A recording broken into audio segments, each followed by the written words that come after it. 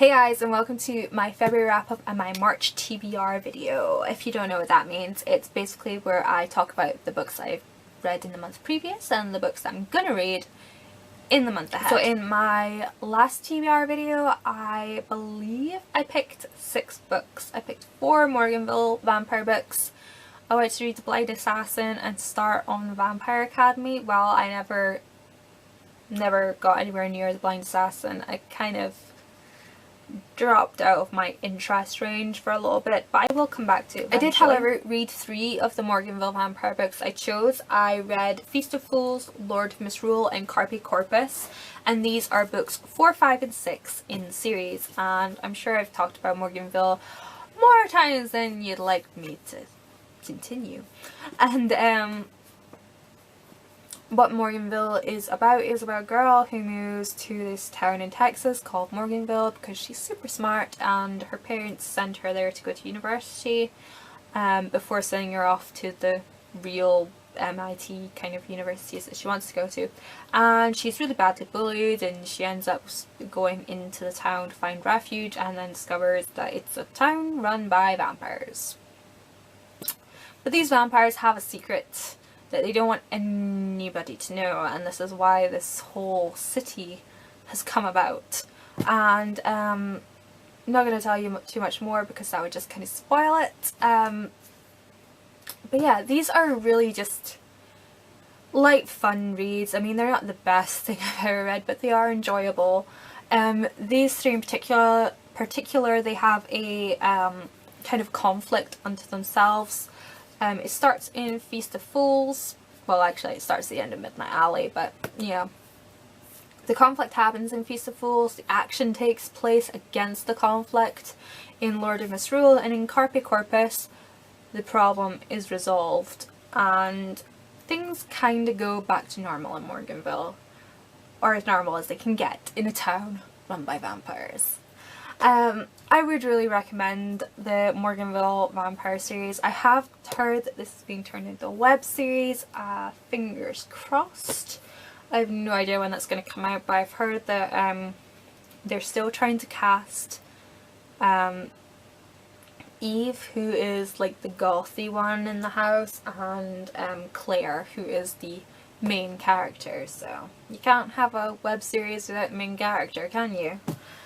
Anyways, I also kind of got a head start on Vampire Academy by Richelle Mead. I'm currently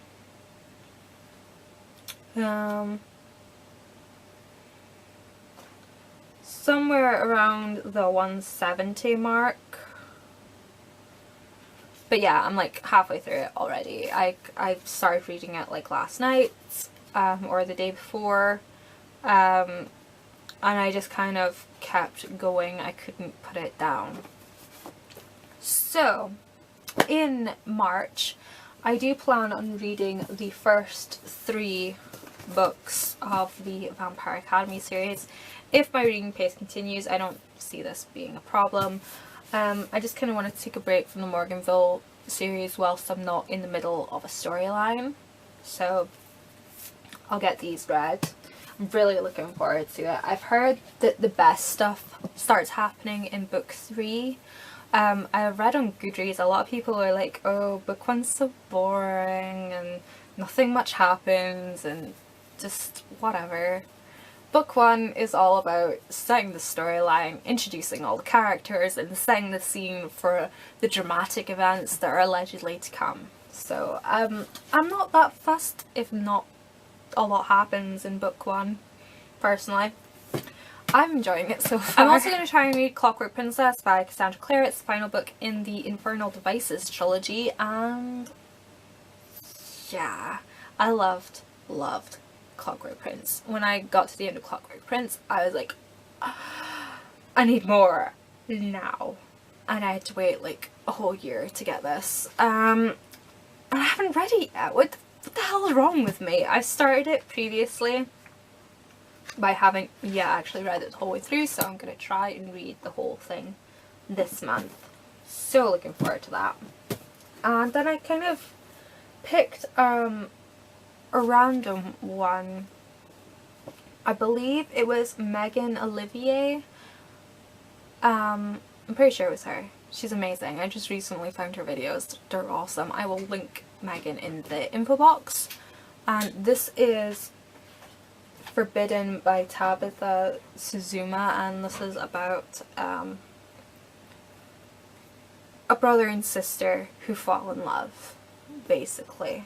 I heard loads and loads of good reviews and kind of a lot of controversy surrounding it when it originally was published. I bought it like over a year ago, I think, and I just kind of never got round to it, and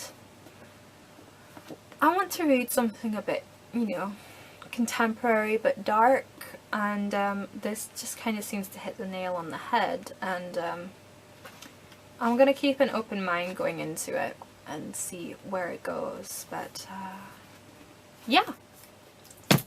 Let me know what you think of the picks. I probably won't do like reviews on these on the channel because, you know, it's like smack in the middle of a series, so I can't really, it wouldn't really be beneficial to anybody. I might do a little talk about them on my blog maybe, I'm not entirely sure.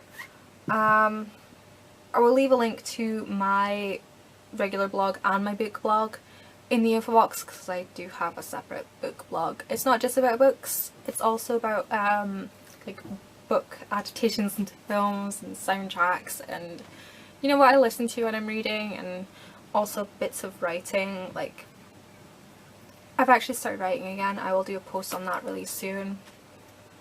But I like to, like, sometimes when I go through my notebooks and things, I find like scraps of writing and I will type them up and post them on the blog. There's I think 3 or 4 up there already, so I will leave the link to my book blog in the info box, as well as a link to Megan Olivier's channel because she's just kind of awesome. And also my Goodreads. If you have a Goodreads, add me. Seriously, just add me. Anyways, I will see you guys later. Thank you for watching, and bye bye.